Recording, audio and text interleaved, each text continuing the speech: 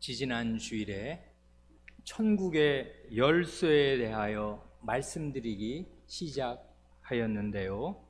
오늘도 천국의 열쇠에 대하여 말씀드리겠습니다. 예수님께서 그리스도로서 곧 하나님 나라의 왕으로서 하신 맨 첫 마디 말씀이 무엇인가 하면 회개하라, 천국이 가까이 왔느니라 하신 말씀이었습니다. 한마디로 그리스도의 제1성은 회개와 천국이었습니다. 회개는 물론 죄를 전제로 하는 개념이겠습니다.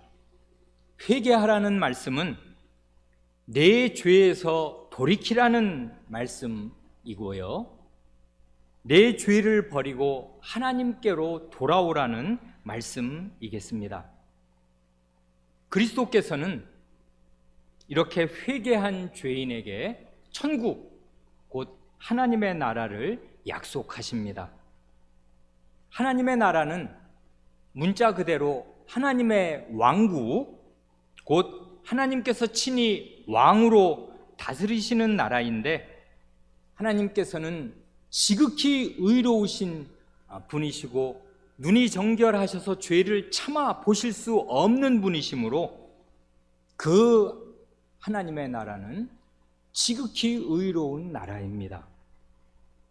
그래 그 하나님의 나라는 죄인이 자신의 죄를 그대로 가지고서는 절대로 들어갈 수 없는 나라이고요, 반드시 그 죄를 용서받고 깨끗이 씻김받고 다 버려야 들어갈 수 있는 나라입니다.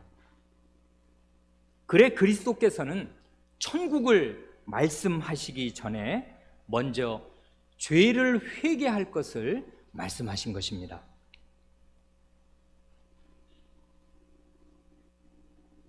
이렇게 천국이 온다, 하나님의 왕국이 온다 하는 말씀으로 공생애를 시작하신 그리스도께서 공생애의 막바지에 이르러서는 그 천국의 열쇠를 사도에게 주시겠다고 말씀하십니다.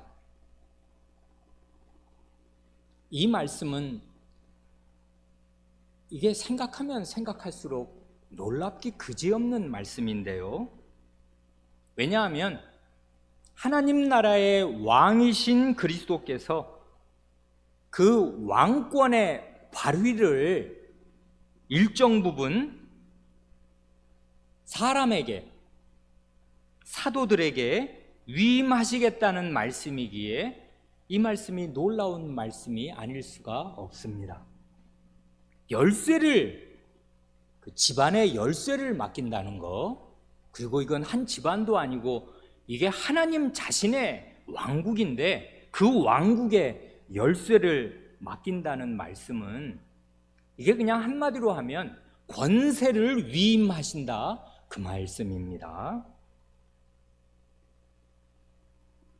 그래 이 말씀이 이해하기 쉬운 말씀이 아니기에 이 열쇠를 주신다는 말씀이 이게 어디서 온 건가 하고 잘 생각할 필요가 있는데요, 이 열쇠를 주신다는 이 말씀은 구약 성경의 배경에서 나온 말씀입니다. 그래 구약 성경을 잘 살펴보면 내가 천국 열쇠를 내게 준다 하시는 이 말씀이 더 잘 이해됩니다. 구약 어디를 말하는 것입니까? 열쇠를 언급하는 구약 성경 두 군데밖에 없습니다.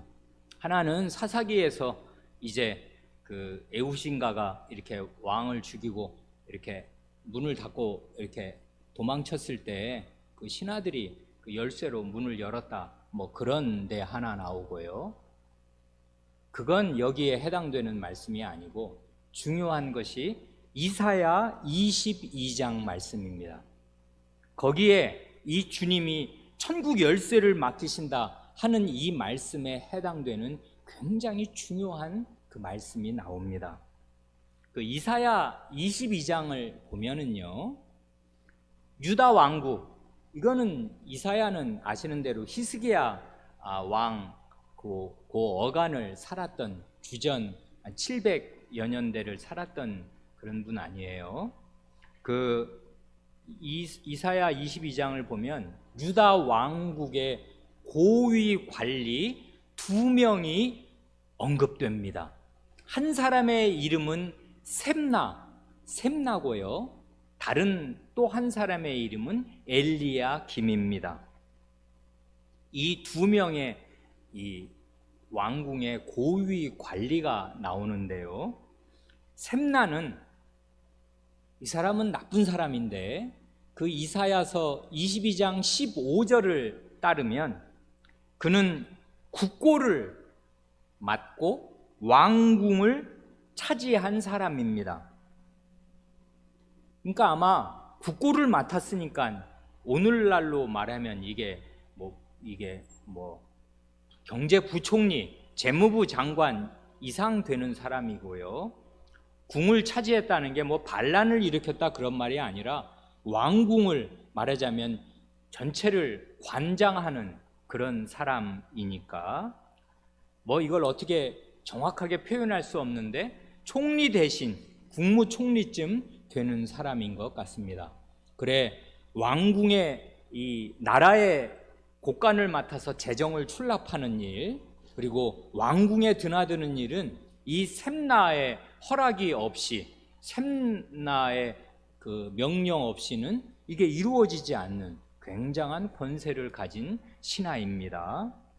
그런데 이 셈나라는 이 유다 왕국의 이 고위 대신은 나라 일을 등한히 하면서 자기가 묻힐 묘지를 호화롭게 꾸미는 데에만 마음을 기울였습니다.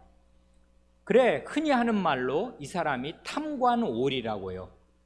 이 관직을 탐해서, 이 관직은 백성을 섬기고 봉사하라고 주신 자리이고 직분인데, 그리고 많은 권세가 주어질수록 훨씬 더 많은 영향력을 끼쳐서 훨씬 더 많은 선한 일을 할 수가 있는데, 이 사람은 자기에게 자기가 위임받은 그 권한을 자기의 욕심, 자기의 사리사욕을 채우는 데 쓰고, 허영심에서 그 죽고 난 뒤에 자기 묘시를, 그 묘지 말이에요, 그걸 화롭게 꾸미는 게 그게 뭐가 중요하다고. 그런데 예나 지금이나 왜 고관 대작들, 돈 많은 사람들은 자기 집안의 묘역을 꾸미는데 관심을 많이 기울인단 말입니다. 그래, 이 사람이 그렇게 하였습니다. 그래, 그 이사야 22장을 읽으면 하나님께서 이 셈나를 징벌하시고 내치시면서 그 자리에, 그 사람의 자리를 다른 사람에게 주시겠다 하십니다. 누구에게 주시냐 하면 충성스러운 신하인 엘리야김에게 주시겠다 하십니다.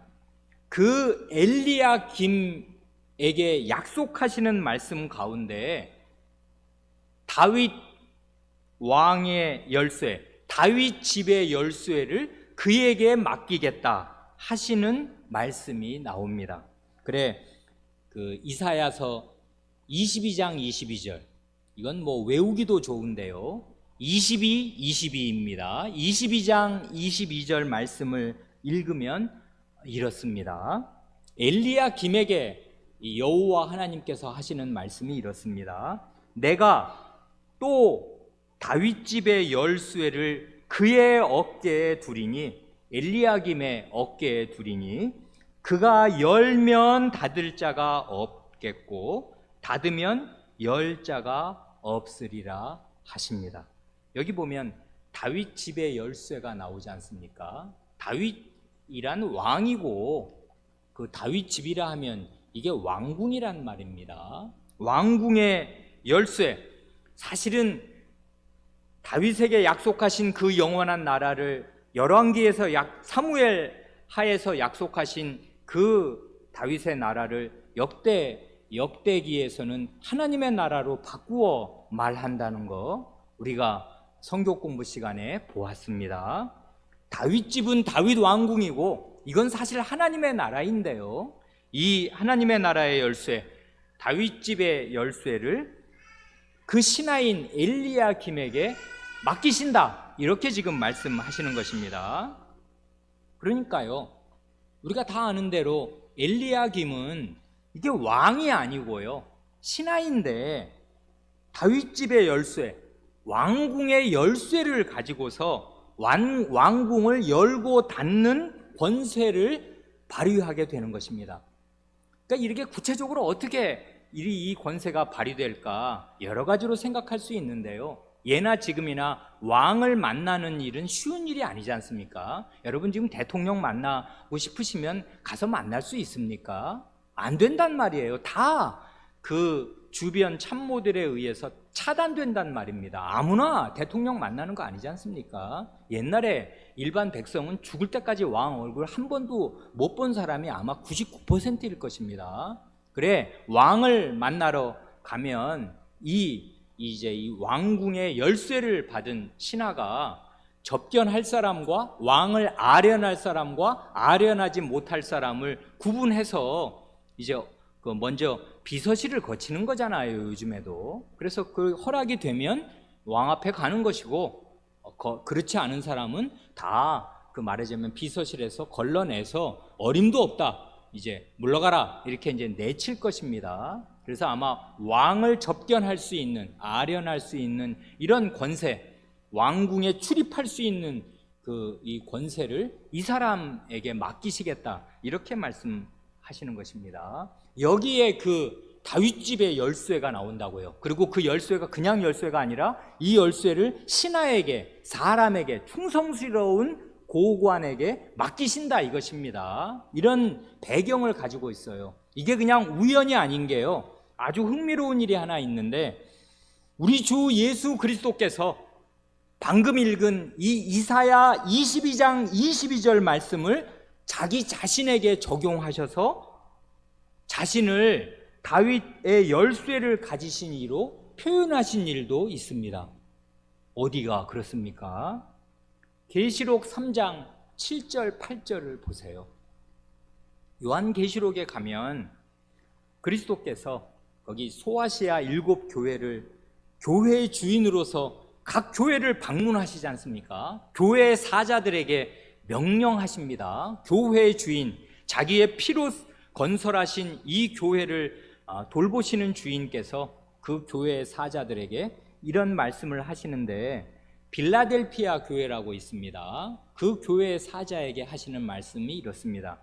요한계시록 3장 7절 8절, 빌라델피아 교회의 사자에게 편지하기를 거룩하고 진실하사, 그 다음 말씀, 다윗의 열쇠를 가지신 이, 곧 열면 닫을 사람이 없고 닫으면 열 사람이 없는 그이가 가라사대, 볼지어다 내가 내 앞에 열린 문을 두었으되 능히 닫을 사람이 없으리라 하십니다. 우리가 아는 대로 이 소아시아에 있는 그 에베소 교회를 필두로 하는 그 에소보드 서빌라 있잖아요. 에베소, 서머나, 두아디라, 이렇게 그 4대 라오디게아 그런 교회들, 그 7교회 가운데 5교회는 책망을 받고 2교회가 주님의 인정과 칭찬의 말씀을 듣지 않습니까? 서머나 교회와 빌라델피아 교회는 특별히 책망의 말씀을 들은 일이 없이 이 주님의 인정과 칭찬의 말씀을 듣는 참 복된 교회였는데요. 그러니까 교회도 다 격이 다르고요, 주님의 그 인정과 칭찬과 책망이 다 교회마다 다른 것입니다. 주님의 교회라고 모두 똑같은 상태에 있는 게 아닌데요, 이 빌라델피아 교회 교인들 앞에는 천국문이 활짝 열려 있습니다. 이게 그러니까 어마어마한 복과 이 인정과 칭찬이 아닐 수가 없어요. 왜 그러냐 하면 주님 자신을 어떻게 표현하냐면 다윗의 열쇠를 가지신 이로 표현해서, 내가 다윗의 열쇠를 가고 있으니까 내가 열면 아무도 못 닫고 내가 닫으면 아무도 못 연다. 그런데 내가 너희 앞에는 열린 문을 두었다. 내가 너희 빌라델피아 사람이 오면 문을 족족 열어줄 거니까 닫을 사람이 없을 테니까 걱정하지 말아라 하는 이 보장의 말씀을 이 교인들에게 하신다는 말씀입니다.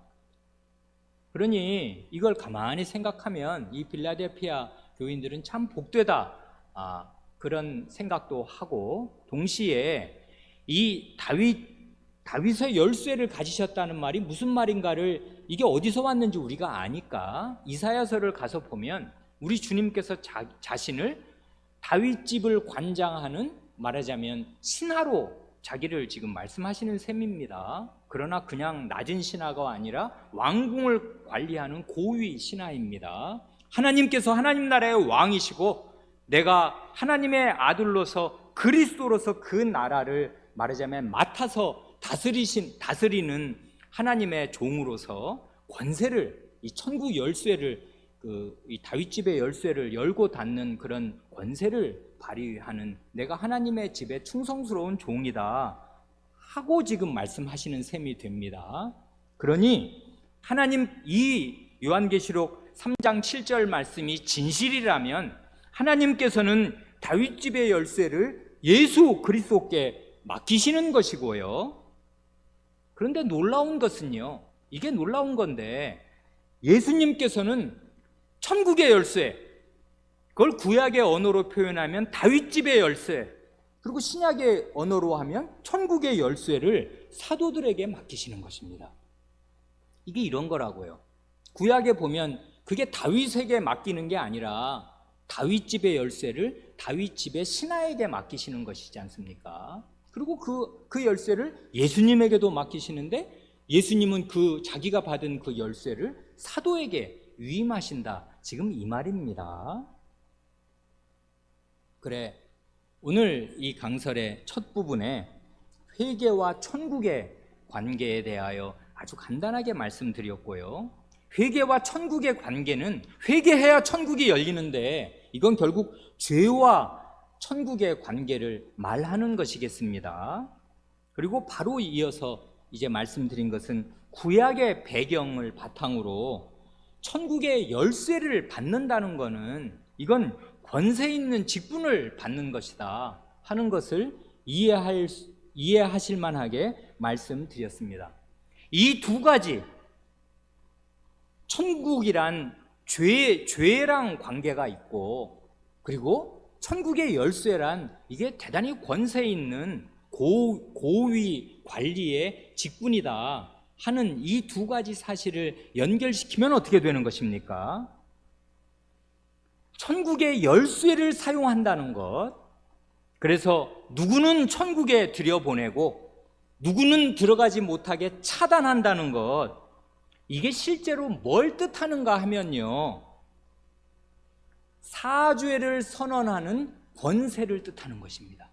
죄를 사함받아야 천국에 들어간다고요.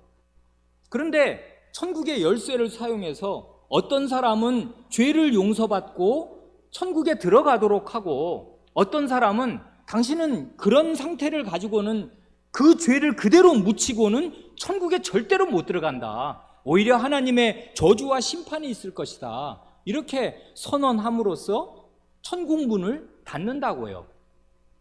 사죄의 복음을 전하고 이 사죄의 은혜를 받지 않는 사람에게 하나님의 심판과 저주가 있을 것을 전하는 이 복음 강설, 이게 천국의 열쇠를 사용하는 것이다, 그것입니다.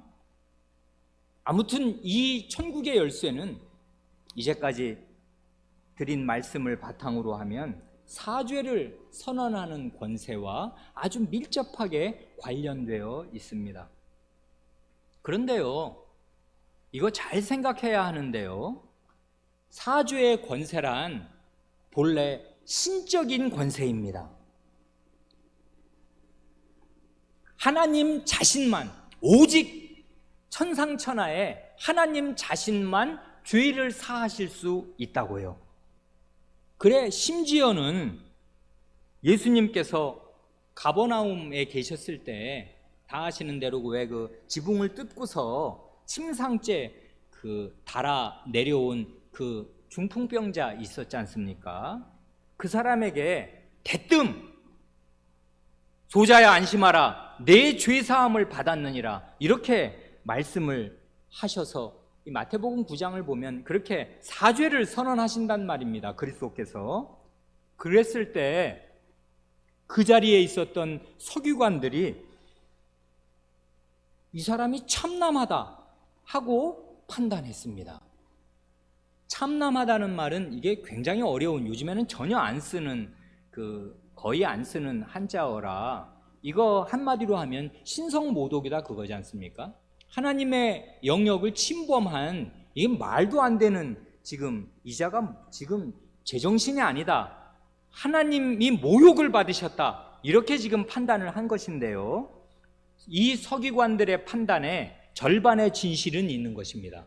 이 사람들은 지금 판단 자체는 잘한 것이에요. 반은 맞았습니다. 어떤 의미에서. 왜 그러냐 하면 이게 사죄는 하나님의 영역에 속한 것이고 하나님의 전권에 속한 것인데, 이자가 뭐길래 지가 누구의 죄를 사한다고 말하는가, 자기가 하나님인가, 이렇게 지금 판단을 한 점에서는 그만큼의 판단은 옳습니다. 다만 이 죄를 사하실 이 예수님이, 이 말씀을 하시는 예수님이 정말 누구신가, 그걸 제대로 알아보지 못하고 시기심에서 함부로 판단한 것이 잘못이겠습니다마는, 그게 적은 잘못이 아니겠습니다마는, 적어도 사죄가 신성의 영역에 속한 거라는 것, 하나님에게 속한 영역이라는 것은 이 사람들이 제대로 알았던 것입니다.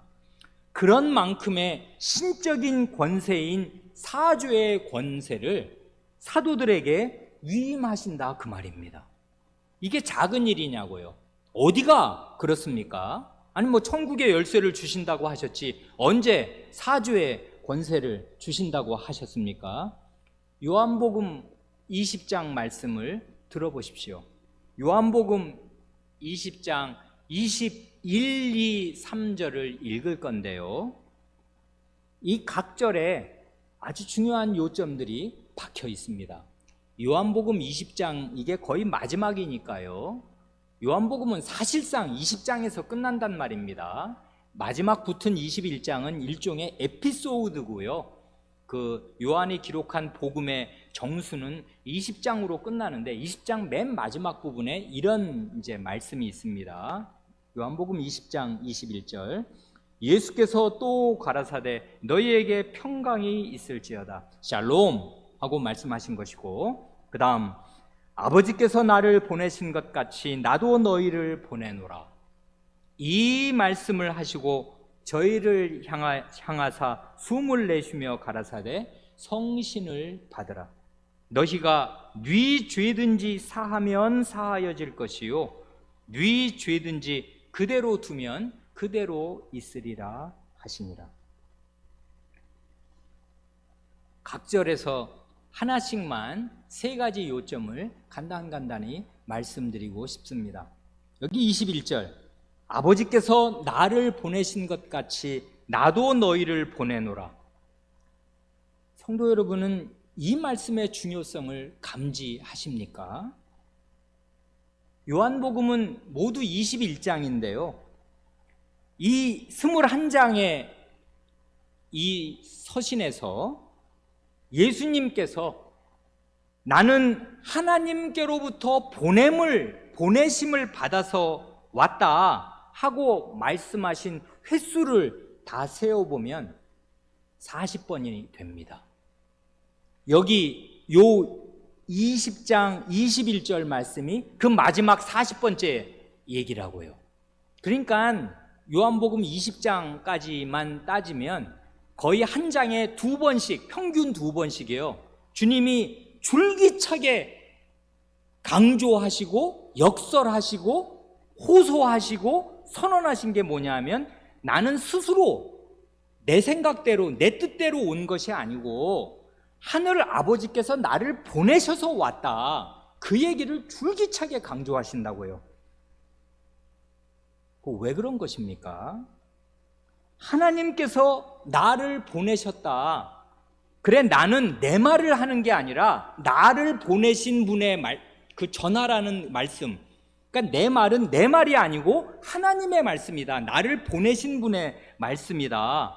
하고서 자신이 하나님의 사자임을, 하나님의 사도임을 주장하시고 호소하신다고요. 사도라는 말이 있지 않습니까?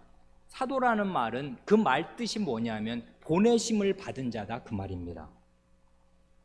이거 가장 그냥 느낌에, 여기 지금 내가 보내심을 받아왔다 이런 말을 우리는 그냥 들을 때 그냥 지나치니까, 아니 요한복음에 그런 말이 그렇게 많이 있었나? 아마 기억 안 나실지도 모르는데요, 이거 제대로 그냥 느낌이 확 오게 이해하시려면 대통령 특사를 한번 생각해 보시면 됩니다. 여러분, 우리나라에요, 거금 한 약 50년 전에 1972년에 대통령 특사로 중앙정보부장, 요즘 젊은 사람들은 중앙정보부가 뭔지 모르시죠? 지금 국가안전기획부 안기부장 전신이 중앙정보부 아니에요? 나는 새도 떨어뜨리는, 그 말하자면 거의 정권의 2인자쯤 되는 신복 중에 신복, 뭐 경호실장과 중앙정보부장, 이런 사람들을 자기의 최신복으로 두는데 중앙정보부장을 북한에 대통령 특사로 보냅니다.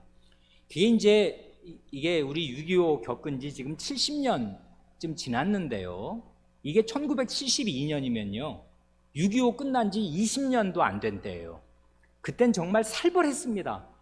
이 대통령, 우리나라 대통령을 죽이겠다고 무장 간첩 몇십 명을 이 청와대 뒷산까지 내려보내기도 했던 시절이고요, 무장 간첩이 수시로 출몰하던 그런 때였고, 그 남북 간에 이 경색된 것이 지금하고 비할 수 없이 살벌하던 때였습니다. 초등학교마다 전부 무슨 뭐 적화야욕 분쇄하자 뭐 이런 포스터를 그리는 게 6월 달 되면 매일 일이었고요. 이런 경색된 국면을 타개하려고 대통령 특사를 보낸다고요. 그래서 그때 그 5월인가 보내가지고 7월 달에 이 사람이 우리 남한 대통령 박정희 대통령의 특사로 가서 김일성 주석을 만나고 이 국가 수반에 사인으로 체결된 게 7.4 남북 공동성명이라고요. 이게 지금도 북한에서는 남한을 대하는 가장 기본적인 원칙입니다. 남북 관계에 말하자면 원형을, 그 지침을 설정한 것이 7.4 남북 공동성명인데, 이게 어떻게 해서 체결이 됐냐 하면 대통령 특사를 파견해서 직접, 그러니까 그 중앙정보부장은 직함은 중앙정보부장인데요, 이 사람 대통령 특사입니다. 혼자 그냥 북한으로 넘어간 게 아니라고요. 자기 뒤에 대통령의 말이 있어요. 대통령의 친서가 있든지 대통령의 말을 가지고 간 것입니다. 이 사람이 청산가리를 가지고 가서 내가 일이 잘못되면 나 바로 먹고 자결한다 하는 살벌한 각오를 가지고 가서 상대방 그 국가 수반을 만나서 이 중요한 이 회담을 성사시킨 것입니다. 이런 게 보냄을 받은 사람이라고요. 아무나 보내는 거 아니라고요. 대통령이 자기의 말을 직접 갈 수야 없으니까 자기의 말을 전할 사람, 신복 중에 신복, 그리고 자기의 전권을 대리할 수 있는 사람을 보내서 이 사람 말이 곧 대통령의 심중입니다. 이런 사람이 사자라고요. 사자, 보내심을 받은 자. 그러니까 이 사람은 가면 주장하는 것이에요. 나는 지금 혼자 이거 38선 넘어온 거, 월경한 거 아니다. 나는 지금 대통령이 보내서 왔고 내 말은 대한민국 대통령의 말이다. 대통령이 이러이러한 말 전하라고 했다. 김일성 주석 만나게 해다오. 해서 만난 거란 말입니다. 이런 것이라고요. 그래, 예수님이 자기를 다 우습게 여긴단 말입니다. 왜냐면 걸어다니는 30살짜리 이게 총각이니까 네가 뭐냐? 그리고 네 애비는 과거에 목수였고 넌 그 함경도 출신, 네가 배우긴 뭘 배우며 학교를 어딜 나왔냐? 다 이렇게 무시를 예수님은 받을 수밖에 없는 나사렛 목수란 말입니다. 이런 사람이 다 무시를 받으니 나는 지금 내 말을 하는 게 아니라 나를 보내신 하나님의 보내심을 받아서 왔고 내 말은 곧 하나님의 말씀이니 이 말을 들어라 하고서 표적과 말씀으로 자기가 보냄을 받아왔다는 이 주장을 계속 하시는 게 요한복음을 꽉 채우고 있다고요. 그래? 여기 이 말씀, 아버지께서 나를 보내신 것 같이 나도 너희를 보내노라. 이건 굉장한 말씀이란 말입니다. 하나님은 그러니까 예수님을 보내시고요, 예수님은 하나님을 보내서 보냄을 받아서 와서 하나님의 말씀을 전하시고 시키신 일을 다 완수하신 다음에 하늘로 올라가시려 할 때, 요한복음 20장이면 이게 부활 후란 말입니다. 그런 다음에 자기가 이제는 하늘로 가시니까 나도 너희를 보내노라 하고 말씀하시는 거라고요. 그러니까요, 하나님의 보내심을 받으셨다는 의미에서 예수님은 하나님의 사도입니다. 우리의 믿는 도리의 사도시며 예수 그리스도는 하나님의 사도라고요. 그런 예수님이 이제는 제자들을 자신의 사도로 세우셔서 보내신다 그 말입니다. 그러니까 이건요, 사도권의 이양을 말씀하시는 거예요. 그래, 권위가, 하나님 말씀을 전하는 권위가 하나님에게서 예수님에게로, 그리고 예수님에게서 사도에게로 이양되는 것이에요. 이게 나도 너희를 보내노라 할 때 이게 그냥 쉽게 하는 말이 아니라 그 말입니다. 그래, 보내심을 받지 아니하였으면 어찌 전파하리요 하는 우리 로마서 10장 15절 말씀, 우리가 얼마 전에 공들여서 살펴보았지 않습니까? 그 로마서 10장의 결정적인 그 관건은 어디에 있냐면, 그리스도의 말씀을 듣고 그리스도를 주로 고백해야 구원을 받는데 그리스도의 말씀 어떻게 듣냐? 보내심 받은 자가 관건입니다. 보내심을 받지 아니하였으면 어찌 전파하며, 전파하는 자가 없이 어떻게 들으며, 듣지 않으면 어떻게 믿으며, 믿지 않으면 어떻게 주님을 부르는가? 그러면 어떻게 구원을 받는가? 결국 구원은 어디에 걸려 있냐면 보내심을 받은 자의 그 전파에 걸려 있다고요. 그러니까 근데 보내심 받는다는 게 굉장히 중요한 거란 말입니다. 하나님이 그리스도께서 전권을 줘서 보낸 그 특사, 그 사람 말을 들어야 된다 그 말입니다. 그래, 이 그리스도께서 이 요한복음 20장 21절, 하나님께서 나를 보내신 것 같이, 아버지께서 나를 보내신 것 같이 나도 너희를 보내노라 하는 건 권위의 위임이라고요. 하나님 말씀이라는 구원과 생명과 영원한 나라를 가져올 그 하나님의 말씀을 전할 권세를 위임하시는 것이다 그것입니다. 그 다음 그 22절에 이 말씀을 하시고 저희를 향하사 숨을 내쉬며 가라사대 성신을 받으라 하십니다. 사도를 세우시면서, 지금 사도를 보내시면서 성신을 주신다고요.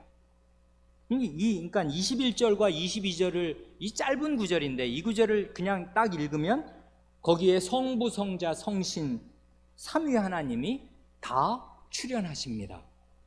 아버지 하나님이 나오고, 아버지께서 보내신 예수님이 나오고, 이제 예수님께서 자기가 보내시는 사도들에게 성신을 주십니다. 그래, 이 사도를 세우시는 일은요, 그리고 사도로 세우셔서 보내시는 일은 삼위 하나님이 다 관여하시는 엄청나게 중요한 일이 됩니다. 여기에 사람의 구원과 하나님 나라가 걸려있기 때문에 그래요. 그래, 마태복음에서는 천국 열쇠를 내가 네게 주겠다 이렇게 말씀하시는데, 요한복음에는 그런 사도들의 그런 이제 그날 가이사랴 빌립보에서 하였던 그런 고백 장면이, 그런 기사가 없는데요, 요 기사가 바로 거기에 해당될 거라고요. 아버지께서 나를 보내신 것 같이 나도 너희를 보낸다. 이 말이 내가 너에게 천국 열쇠를 주겠다 하는 말씀과 같은 말씀이라고요. 고바로 뒤를 보면 명백하여집니다. 23절은 이것입니다. 너희가 네 죄든지 사하면 사하여질 것이요 네 죄든지 그대로 두면 그대로 있으리라 하시니라. 아버지께서 자신을 보내셔서 자기가 사죄의 권세를 행사하셨습니다. 내 안심하라, 내 죄 사함을 받았느니라 하고 사죄를 선언하셨던 그 예수 그리스도께서 그 사죄의 권세를 이 사도들에게 이렇게 위임하시지 않습니까? 이거라고요. 이게 바로 천국의 열쇠라고요.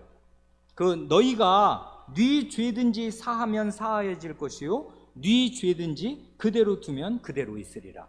이건 진짜 놀라운 말씀 아닙니까? 아니 이 사도들이 뭔데, 이게 사람들이고 우리가 아는 대로 조금 있다 보면 알지만 베드로가 죄인이란 말입니다. 예수님에 대한 배반자란 말입니다. 그리고 다른 제자들 다 예수님 버리고 달아날 사람들 아니에요. 이 사람들 그 사람 자체로 보면은 뭐 유다와 50보 100보고요 다 죄인이고 약한 사람들임에도 불구하고 주님께서 그 약한 죄인들에게 이다지도 놀라운 말씀, 너희가 네 죄든지 사하면 사하여지고 네 죄든지 그대로 두면 그대로 있으리라. 이게 열면 닫을 자가 없고 닫으면 열 자가 없다. 이거 똑같은 말씀 아니에요? 그래, 사도들이요 하나님의 권위로, 예수 그리스도의 권위로 성신과 함께 회개의 복음을 전해서 죄인들이 자기의 죄를 버리고 회개하도록 촉구하는 것이고요, 그렇게 회개한 죄인에게는 사죄를 선언하는 것입니다. 자기의 권위가 아니라 보내신 분의 권위로, 하나님의 권위로, 그리스도의 권위로 사죄를 선언합니다. 동시에 회개하지 않는 죄인에게는 심판을 선언합니다. 유보 없이요. 원래 그 죄인들은 다 영원한 멸망이 그의 운명인데 유일하게 살 길, 그리스도를 보내신 이 복음을 믿으라 하고 선언하고, 그렇게 해서 복음을 믿는 사람을 볼 때는 당신의 모든 죄는 그리스도 안에서 용서받았다 하고 사죄를 선언하고요, 그 복음을 믿지 않고 끝까지 거부하는 사람에게는 유보 없이 심판을 선언하는 것입니다. 그래, 이게 요한복음 20장을 읽으면 천국 열쇠가 어떤 식으로 작동하는가 하는 것을 훨씬 더 잘 이제 겸해서 알게 됩니다. 이제 마태복음 16장 19절로 다시 돌아오면요, 이 마태복음 16장에서는 이 천국 열쇠가 작동하는 방식을요 이런 재미난 말로 표시합니다. 메고 푸는 권세로 표시하지 않습니까? 마태복음 16장 19절, 내가 천국 열쇠를 네게 주리니 내가 땅에서 무엇이든지 매면 하늘에서도 매일 것이요 내가 땅에서 무엇이든지 풀면 하늘에서도 풀리리라 하십니다. 한마디로 천국 열쇠가 어떤 방식으로 작동하는가, 어떻게 열리고 닫히는가 하면은 매고 푸는 방식으로 꽉 묶어버리고 묶은 것을 풀어주기도 하는, 묶고 푸는 이런 방식으로 작동한다 그 말인데요, 이 매고 푼다는 말, 이게 우리나라에서는 이런 식으로는 안 쓰는데 이게 유대 사회의 용어입니다. 유대 랍비들의 용어라고요, 매고 푼다는 말. 그러니까 주님도 유대인이고요, 국적으로 따지자면 고향은 나사렛 분이고, 그래 유대 사회에서 자라신 분인 관계로 유대 사회에서 익숙히 알고 있는 그 통용되는 말을 지금 가져다가 쓰시는 것입니다. 맨다는 건 무슨 뜻이냐면, 맨다는 건 어린 아이들도 다 알지 않습니까? 꽁꽁 묶는 거라고요. 묶어서 못하게 금지하는 거를 이 맨다고 얘기한다고요. 뭘 못하게 하냐면요, 사회생활을 못하게 금지하는 것입니다. 말하자면 이 맨다는 말은 벌을 주는 건데요, 어떤 벌인가 하면은 꽉 묶어가지고요 내보내는 것입니다. 공동체에서 추방하는 것이고요, 이런 걸 종교적인 용어로 하면 출교시키는 것입니다. 이 거룩한 집단, 이 가르침이 통용되는 집단에서 쫓아내는 거라고요. 추방하는 거, 출교시키는 거, 그걸 맨다고 표현하는 것입니다. 묶어가지고 내보내는 거예요. 그래서 이게 자유롭게 돌아다니지 못하게, 우리 안에서 돌아다니지 못하게 묶어버리는 것입니다. 왜 묶어서 추방을 하냐 하면요, 가르침대로 살지 않으니까 그런 것이고요, 우리 모두가 준수해야 할 왕명과도 같은 법을 제대로 준수하지 않고 현저하게 위배하니까 우리 공동체의 평화를 깨뜨리니까 이 사람을 공동체에서 추방하는 거, 그걸 맨다고 표현해요. 그래 너희가 땅에서 매면 하늘에서도 그를 추방할 것이다, 이 말입니다. 지금 푼다는 건 그러면 그 반대니까요. 매는 것과 반대니까요. 꽁꽁 매어 놓았던 것, 묶어 놓았던 것을 풀어주는 것입니다. 이건 말하자면 해벌이라고요. 벌을 해제해 주는 것. 이제 석방 끝났음, 이렇게 하는 게 푸는 것입니다. 그러니까 그 사람이 한번 이렇게 매였다고 해서, 공동체에서 추방했다고 해서 그걸로 영원히 끝나는 게 아니고요. 그 사람이 진정으로 뉘우치고 돌아오면은 그 전에 금지되었던, 그 사람에게는 금지되었던 공동체로의 출입과 그 교제를 다시 회복시켜 주고 허용하여 주는 것입니다. 그걸 푼다고 해요. 풀어주는 것이에요. 말하자면 감옥도 일종의 꽁꽁 메어놓는 거랑 비슷하지 않습니까? 감옥도 사실상 공동체로부터의 추방이잖아요. 그런 사람 사회에 내보냈다가는 우리 사회에 안전이 유지되지 않으니까 꽉 묶어가지고 진짜 포승줄에 묶어서 수갑이라도 채우고 줄로 꽁꽁 묶어서 그 다음에는 풀어는 주지만 나와 못 돌아다니게 어느 그 집단의 어느 지역에다가 딱 가두어 두는 게, 전체적으로 보면 감옥에는 갇히는 것이고 몸이 묶이는 것이고 인신의 자유가 구속되는 거지 않습니까? 그런 게 매여 있는 상태라고요. 매는 상태, 가두는 것입니다. 말하자면. 근데 공동체 밖으로 그냥 내보내서 네 맘대로 살아라, 여기는 못 온다, 이렇게 하는 게 매는 것이고, 다시 와도 좋다 하는 게 푸는 것입니다. 이처럼 주님께서는 19절에서 천국 열쇠를 사도에게 주시겠다고 말씀하시면서 그 천국 열쇠를 메고 푸는 권세로 설명하십니다. 이게 뭘 뜻하겠나, 여기서 우리는 뭘 생각해야 되나 하는 걸 세 가지로 아주 간단하게 한 줄씩 말씀드리겠습니다. 첫째로 이 메고, 이 천국 열쇠, 이게 천국의 열쇠인데 이게 작동하는 건 매는 거 아니면 푸는 걸로 작동한다고 하시니까, 이 매고 푼다는 말은요 공동체를 전제로 하는 거라고요. 그렇죠? 그래 천국 열쇠가 사용될 때 공동체에서 추방하기도 하고 다시 공동체의 출입을 허용하기도 하는 걸 보면 천국은요 하나님 나라의 공동체입니다. 그래 이 공동체로의 그 출입을 금지하기도 하고 출입을 허용하기도 하고 다시 허용하기도 하는 거, 이게 천국 열쇠를 사용하는 거라 그 말입니다.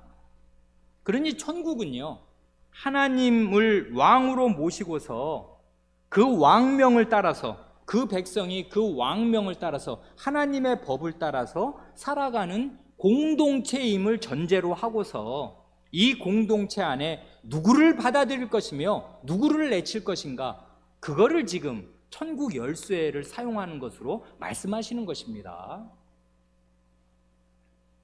회개하는 사람은 회개하라 천국이 가까이 왔느니라 하시는 말씀대로 이미 천국은 이 땅에 그리스도와 함께 왔고 이 천국 공동체로 들여보내짐을 받을 것입니다.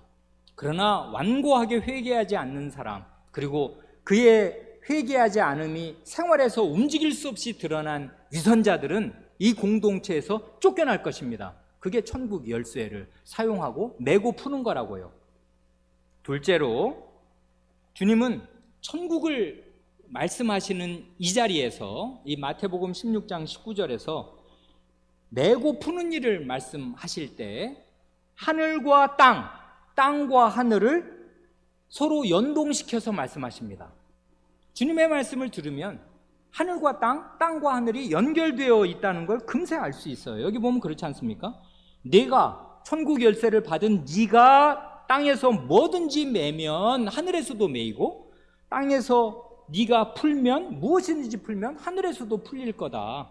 네 하기 나름이다. 네가 땅에서 어떻게 매고 풀면 그대로 하늘에서도 매고 푼다, 매고 풀린다, 이렇게 말씀하시는 거란 말입니다. 그러니 천국, 이 문자 그대로 하늘천 나라고 하늘나라라고 해서 죽어서 하늘에 가서야 비로소 경험하는 게 아니고요, 이 땅에서 먼저 경험하는 것입니다. 어디에서요? 어디에서 이 천국 하늘나라를 어디에서 경험하는 것입니까? 주님께서 이 19절 바로 앞에서 내가 내 교회, 죽음의 권세가 이기지 못하는 내 교회를 세울 것을 말씀하시면서 천국을 말씀하시니까 이 하늘나라, 하나님의 왕국, 이 천국은요, 이 땅에서 교회 안에서 교회의 형태로 먼저 경험하는 것입니다. 말하자면 이 하늘나라에는 두 가지 양상이 있는 거예요. 이름하고 좀 다른 거지요. 하늘나라인데 하늘에만 있는 나라가 아니고요, 이 땅에서 이루어지는 양상이 있고요. 천국에, 하늘나라에 이 땅에 지상적인 면이 있고 천상적인 면이 있는 것입니다. 이 땅에서 이루어지는 면이 있고 하늘에서 이루어지는 면이 있는데, 희한한 것은 이 두 개가 딱 연동되어 있는 거예요.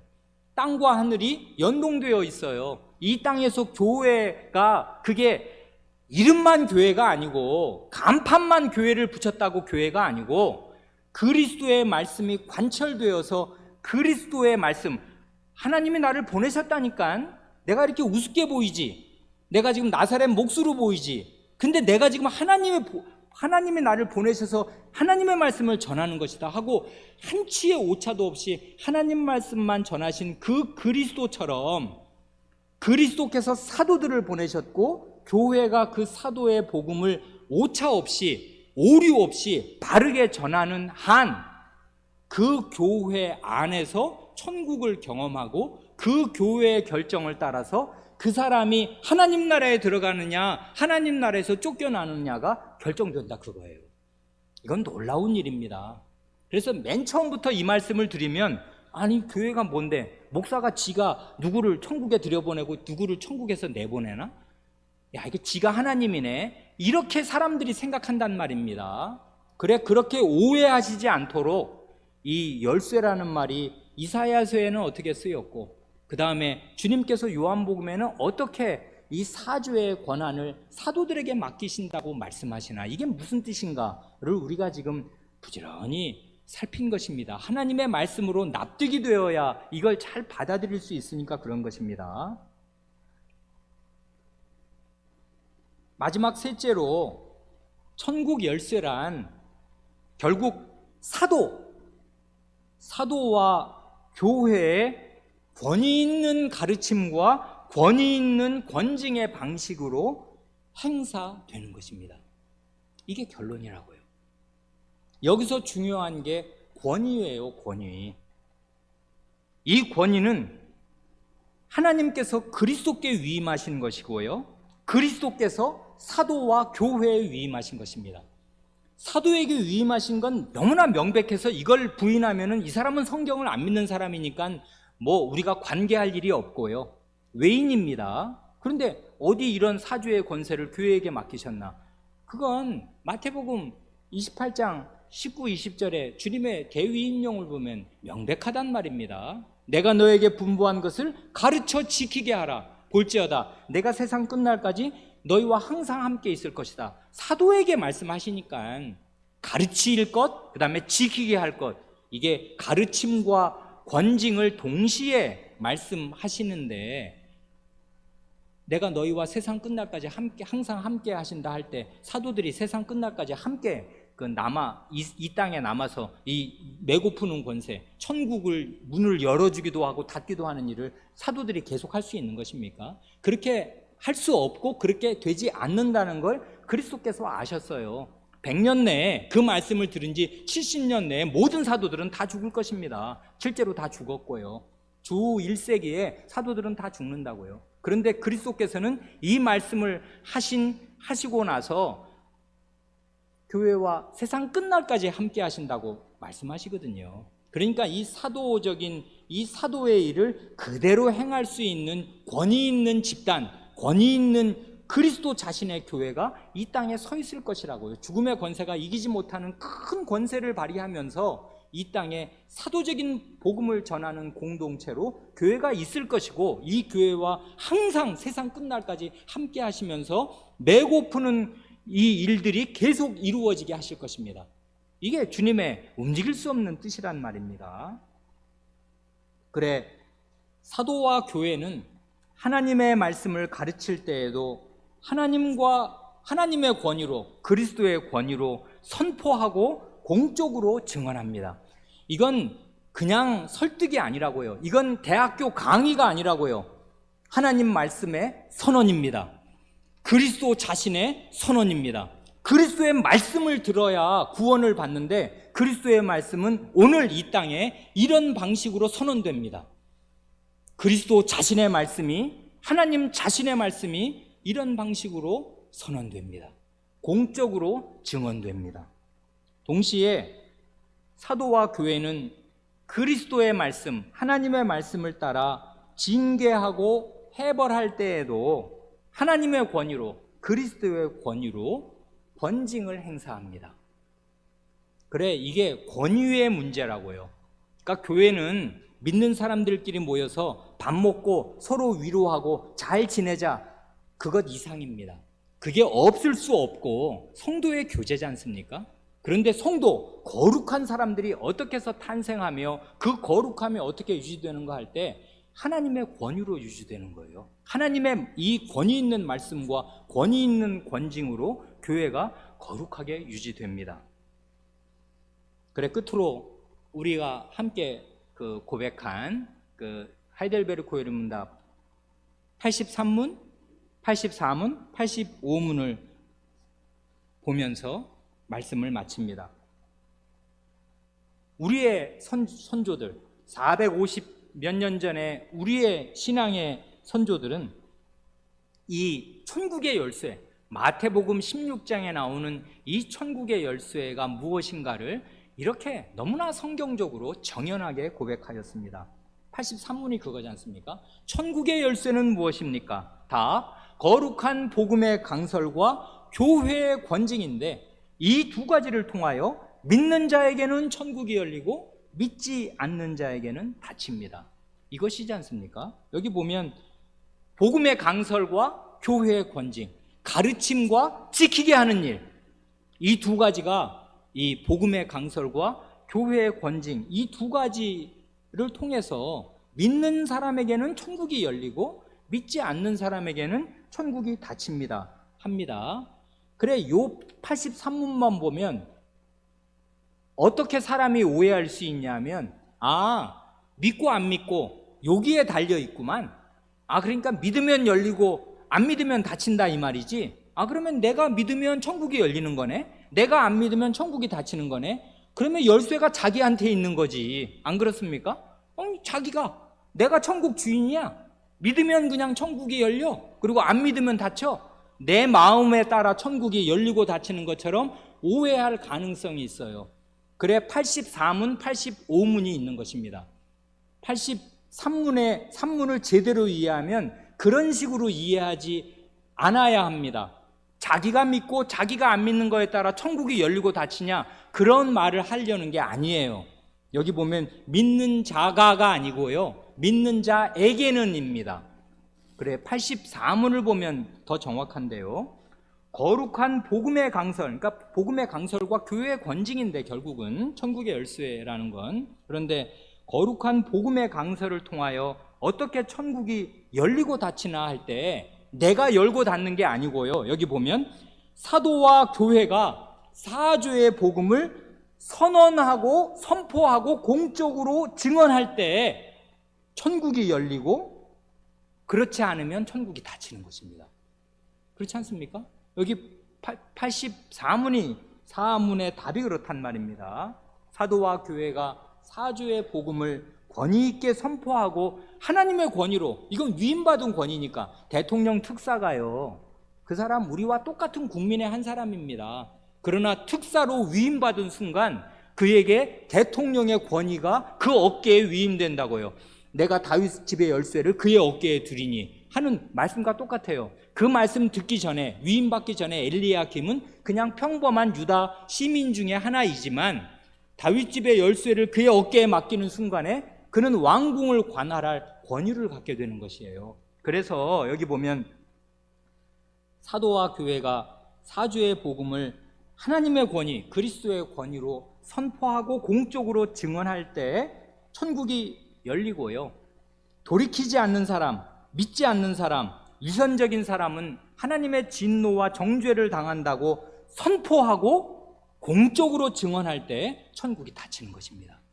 그러니까 천국이 열리고 닫히는 건 개개인이 열고 닫는 게 전혀 아니고요. 하나님의 권위가 행사되어서 공적으로 복음이 선언되고 또 이 복음을 믿지 않으면 당신은 하나님의 저주와 영원한 정죄와 심판을 당한다고 공적으로 선언되는 그때에 믿지 않는 그 사람에게 천국이 닫히는 것이에요. 믿지 않는 사람에게 천국이 닫히는 것입니다. 믿지 않는 사람이 천국을 닫는 게 아니고요. 자, 이제 마지막 그 85문답을 우리 함께 고백하고 말씀을 마치겠습니다. 85문, 교회의 권징을 통해서 어떻게 천국이 닫히고 열립니까? 답, 그리스도의 명령에 따라 그리스도인의 이름을 가진 자가 교리나 생활에서 그리스도인답지 않을 경우 먼저 형제로서 거듭 권고할 것입니다. 그렇지만 자신의 오류나 악행을 돌이키기를 거부한다면 그 사실을 교회, 곧 치리회에 보고해야 합니다. 그들이 교회의 권고를 듣고도 돌이키지 않으면 성례에 참여함을 금하여 성도의 사귐 밖에 두어야 하며 하나님께서도 친히 그들을 그리스도의 나라에서 제외시킬 것입니다. 그러나 그들이 참으로 돌이키기를 약속하고 증명한다면 그들을 그리스도의 지체와 교회의 회원으로 다시 받아들입니다. 여기 보면 이게 첫 번에는 그 바로 앞문에서는 복음의 강설로 어떻게 천국이 열리고 닫히냐, 두 번째는 교회의 권징으로 어떻게 천국이 열리고 닫히냐. 여기선 지금 먼저 매고 먼저 풀고 지금 요걸 말하지 않습니까? 매고 푸는 권세를 이렇게 얘기합니다. 근데 두 가지를 말해요. 교리와 생활. 이게 두 가지가 굉장히 중요한 것입니다. 교리와 생활입니다. 교리란 무엇입니까? 그릇되게 아는 사람이 있어요. 아주 마음이 착하고 순진한데도 불구하고 그릇된 마음이 좋은데 근데 무식해요. 하나님 말씀 제대로 모르고 예를 들면은 요즘 같으면 쉽게 얘기해서 신천지 어디 무슨 성경 공부합시다 그래서 가서 열심히 배워 와가지고서는 요한계시록은 이렇다 뭐 그런 걸 줄줄줄 믿고서 이게 진짜라고 옆 사람에게 권하기도 하고 자기가 그렇게 믿고 살면 이 사람은 지금 교리에서 그리스도인답지 않은 것입니다. 이게 굉장히 교회적으로 큰 문제가 됩니다. 그래 교회는 언제든지 바른 교리, 하나님 말씀의 원만한 가르침 아래에 있어야 해요. 교리가 굉장히 중요하고 그래서 그 바로 다음에 자신의 오류와 악행에서 돌이키기를 거부한다고 할 때 그 오류라는 게 그릇된 인식이에요. 교리에서 잘못된 오류 말이에요. 이거를 약화시키면 안 됩니다. 교리적인 건전성은 굉장히 중요한 것입니다. 이게 우리 생명 얻는 길이기 때문에 그래요. 그러니까 바른 교리가 중요하고요. 그러나 동시에 중요한 게 뭐냐면 생활이지 않습니까? 그 생활에 해당되는 말이 오류와 악행할 때 그 악행이잖아요. 바르게 생각하고 바르게 배웠고 바르게 믿고 있는데 그 행동, 생활은 바르지 않아요. 자기가 믿는 교리를 현저하게 위배하는 10가지 계명을 현저하게 어기는 그런 죄를 지으면 그 사람은 그게 위선자가 아니면 큰 죄를 지은 것입니다. 그럴 때는 먼저 자기가 가서 큰 사랑으로 그러면 안 된다 권해야 하고요. 그 권고를 듣고도 그 죄에서 돌이키지 않으면 그 교회에 보고해야 한다 그 말입니다. 그래 이 교회가 권위체라는 사실, 천국문을 열고 닫는 열쇠를 위임받은 권위체라는 사실을 우리 현대 교인들은 잘 몰라요. 그래서 어떻게 하냐면요, 제가 우리 교회에 와서도 깜짝 놀란 것 중에 하나가 그것입니다.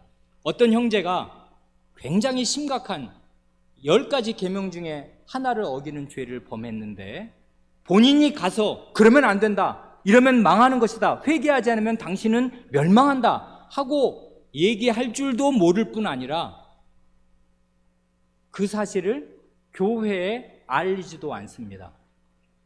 목사와 치리회에 와서 이야기해야 된단 말이에요. 그런데 그렇게 할 줄 몰라요. 천국의 열쇠가 어떤 식으로 열리고 닫히는지 모르고 있는 것이에요, 교인들이. 그래서 그냥 가만히 둡니다, 몇 년을. 그러면 어떻게 돼요? 우리의 성찬상이 훼손되는 것이에요. 그리고 그 죄가 척결되지 않는 것이에요. 그리고 그래도 되는가 보다 계속 가는 것입니다. 이러면 천국 문이 작동하지 않는 것이에요, 그 교회에서. 왜냐하면 권징이 작동하지 않으니까요. 이 교리와 생활에서 현저한 문제가 드러났는데 교회가 어찌 할 줄을 모르는 것입니다. 그러니까 그리고 목사나 치료회는 모르고 있어요. 당연히 모르지. 개개인이 은밀한 가운데 짓는 죄를 다 파악하고 있는 게 아니란 말입니다. 근데 아는 사람들이 있어요. 먼저. 그러면 자기가 가서 권해야 하는 것입니다. 그리스도의 사랑과 큰 성신을 힘입어서 권해야 해요. 나중에 마태복음 18장을 볼 때 그 말씀을 더 자세히 드리고 싶습니다. 그래서 그 형제를 얻으면 교회의 치료회에 알릴 것이 없이 그 죄가 해결된 것이고 회개해서 형제를 얻고 문제가 눈 녹듯이 녹은 것인데 많은 경우 그렇게 안 됩니다. 그렇게 쉽게 해결될 죄가 아니라고요. 그러면 어떻게 해야 돼요? 자기가 혼자 가서 해결할 수 없으면 다른 형제를 같이 함께 가서라도 권해야 하는 것이고, 그래도 그 죄가 해결이 안 되고 원만하게 수습이 안 되면 교회에 말해야 한다고요. 그래서 교회에서 공적으로 이 문제를, 천국의 열쇠를 열고 닫는 그 조심성과 그 권위를 가지고 이 문제를 다루어야 해요. 이게 아무리 심각한 죄라도 다루어야 합니다. 그래야 그 교회가 천국의 한 단위가 될 것이에요. 그래야 땅에서 매는 일이 있고 푸는 일이 있어야 하늘에서도 매고 풀릴 거 아니에요. 근데 매는 일도 없고 풀리는 일도 없어. 그러면 그게 무슨 이게 하나님의 나라이며 천국이 어떻게 우리 앞에서 열리고 닫힌단 말입니까? 그렇게 하면 안 돼요.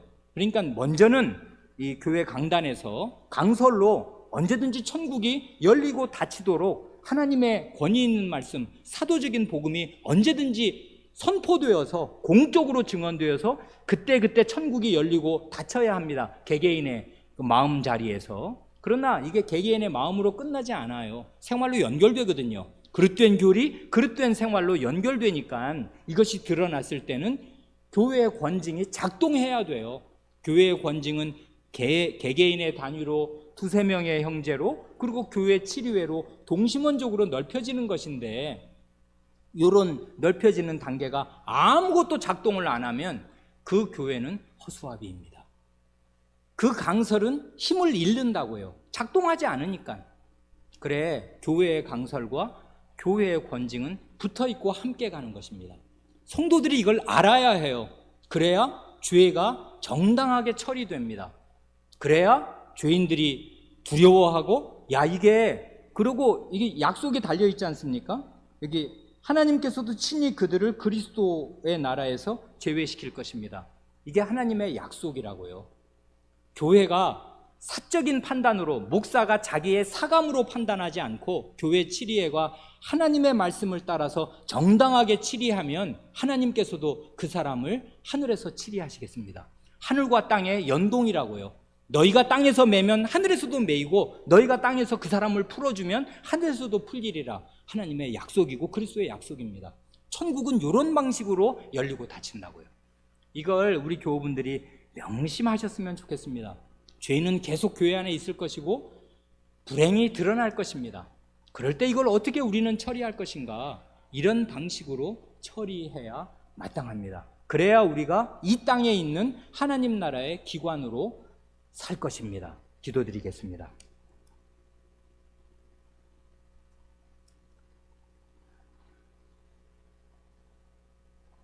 하나님 아버지, 이 개인주의가 팽배하여 누가 무슨 죄를 짓든 그것이 나와 아무 상관이 없다고 생각하거나 내가 어쩔 수 없다고 생각하고 덮어두고 쉬쉬하고 지나치기만 하는 저희에게 우리 주 예수 그리스도께서 어떻게 사도와 교회에게 천국의 열쇠를 맡기시고 그 열쇠를 사용하여 사람을 매고 사람을 풀어주는 방식으로 어떻게 천국 문이 열리고 닫히는지를 진작에 말씀하여 주셨사오며 교회에 사죄의 복음을 전하게 하시고 이 사죄의 복음을 따라 어떤 사람에게는 영원한 사죄를 선언하기도 하고 그 죄에서 끝내 돌이키지 않고 그의 생활이 자기의 고백과 현저하게 위반되고 그 고백이 전혀 거짓말인 생활을 계속할 때에는 아무런 가망이 없고 하나님의 영원한 정죄와 심판이 있을 것을 유보 없이 선언하고 그를 교회에서 내쫓음으로써 교회가 하나님의 거룩한 나라임을 입증하게 하시옵니다. 주님, 저희는 이런 교회의 권징이 거반 다 무너져서 권징이라는 말 자체를 알지도 못하고 권징이 어떻게 실시되는지를 알지 못하는 캄캄한 그런 세태에서 살고 있사오니 주님의 빛나는 말씀을 저에게 가르쳐 주셔서 천국 백성다웁게 살게 하시고 천국이 어떻게 열리고 닫히며 어떻게 닫히고 열리는가를 명백히 알아 거기에 맞게 행하고 살 수 있게 하여 주시옵소서. 저희 개개인의 마음을 하나님의 말씀 앞에 매주일 세워주시되 저희의 교회 생활 전체도 하나님의 말씀 앞에 세워주셔서 저희의 교회가 이 땅에서 작동하는 천국의 기관이 될 수 있게 하여 주시옵소서. 우리 구주 예수님의 이름으로 기도하옵니다. 아멘.